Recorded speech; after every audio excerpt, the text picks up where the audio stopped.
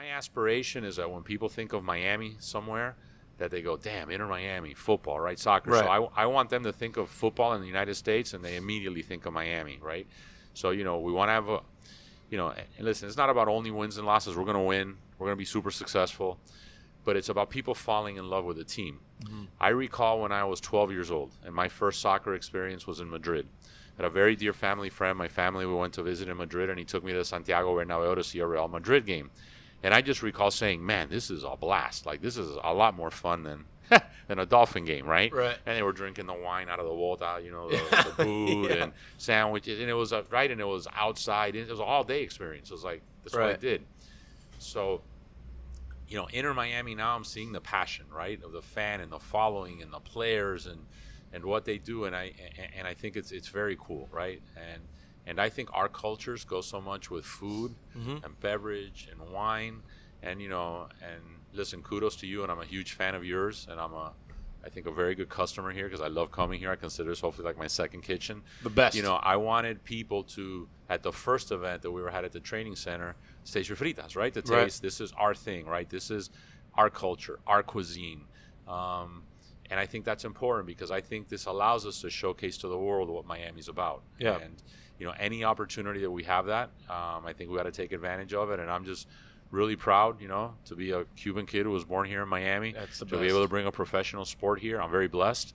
But, man, how fun is that, right? Yeah, I mean, like you said, it's the gateway to the Americas, right? Yes. It's like, dude, we have so much opportunity to hit so many different types of people being in Miami. Because, think about the amount of people that come through here just for tourism. Maybe not today, but, in general, on a yearly basis, like, it's just, it's incredible. And then to be the first kind of like sporting experience that they could have. Yes. I mean, it's huge. Yeah, and you know what? And what I was so looking forward to Saturday was people seeing and then wanting to go back again. Right. Because, look, it's going to be an affordable ticket. We have a supporter section. I think tickets are $25, $25. So they're reasonable. Except on StubHub, man, our ticket, it's crazy what our tickets are going for we're going for this Saturday's game. StubHub, like secondhand? Like secondhand, man. Tickets were going for between $200 and $1,200. Wow. For a Saturday game. Crazy, stupid stuff. I mean, whatever. But listen, neither here nor there. Affordable ticket, food and beverage experience going to be reasonable and good. I don't want this to be the type of stadium people come in and go, oh, my God, they're trying to, jam it up on us. Yeah. I want a beer to be affordable, chicken tenders, hot dog, a beverage, just inexpensive. Good times. People can afford it, right? I want people to have fun. Yeah. And it's all about having, a good quality experience because that's what will bring you back. I want people to go back and tell their family members, oh, my God, it was a great and fun experience. You guys need to go out there because that's what we want, right? You want all of South Florida to be able to experience it. I wish we would have been able to build a bigger stadium, but 19,000 seats is good for now and what we have. And so really just looking forward to listen, hopefully a month from now we're back at it, starting again. Yeah. We'll have the VIP brunch with your fritas there, Frita we'll brunch. be ready to go. What's the long-term plan with the stadium? We're planning in Fort Lauderdale to play for 2 years, maybe 3. We have plans to bring a stadium to Miami. We picked a site out at what is now today the Mel Reese Golf Course next to Miami International Airport. But what we want to do, there's a soccer stadium with an entertainment district around it. I'm a huge believer that stadiums on their own don't provide economic activity and benefits for communities. So when you look at what we've tried to design there, it's a stadium surrounded by an entertainment district, which can have restaurants, can have bars, can have interactive experiences, right? With all the technology that exists now, 3D with soccer, and they've done this really cool NBA thing in Orlando. I want to bring that, be able to bring your family and have fun and arcades and all of these different things, retail experiences that, have Adidas is looking at doing something super unique there, sports related things. We're looking at making, having an office component there that can have technology jobs and technology hub, for companies that are going to be located next to the airport and doing some real cool things with, AR, because I happen to be partners on the team with Masa-san, who is the largest technology investor in the world. And he's very, interested in, hopefully helping the technology community in Miami to have a hub in order to promote technology here, which will produce great paying jobs, right, for our graduates that need jobs here. And it can be an economic engine. So when you look at the Miami Freedom Park project, it'll be a project that'll employ over 3,500 people, generate over $40 million a year in tax revenue, but most importantly, zero money from taxpayers, right?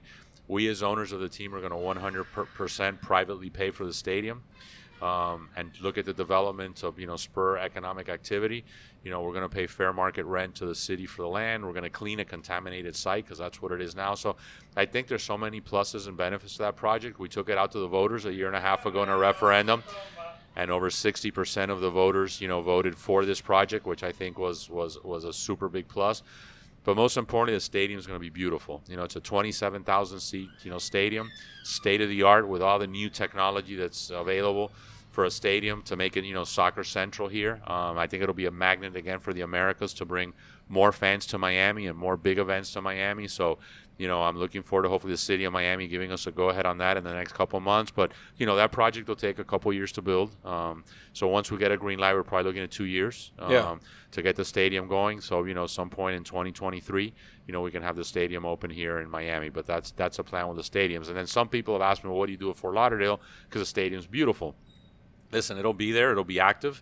Our USL team, which is our second division team, will play there. We've already had 4 international friendlies booked to play there with teams from other countries.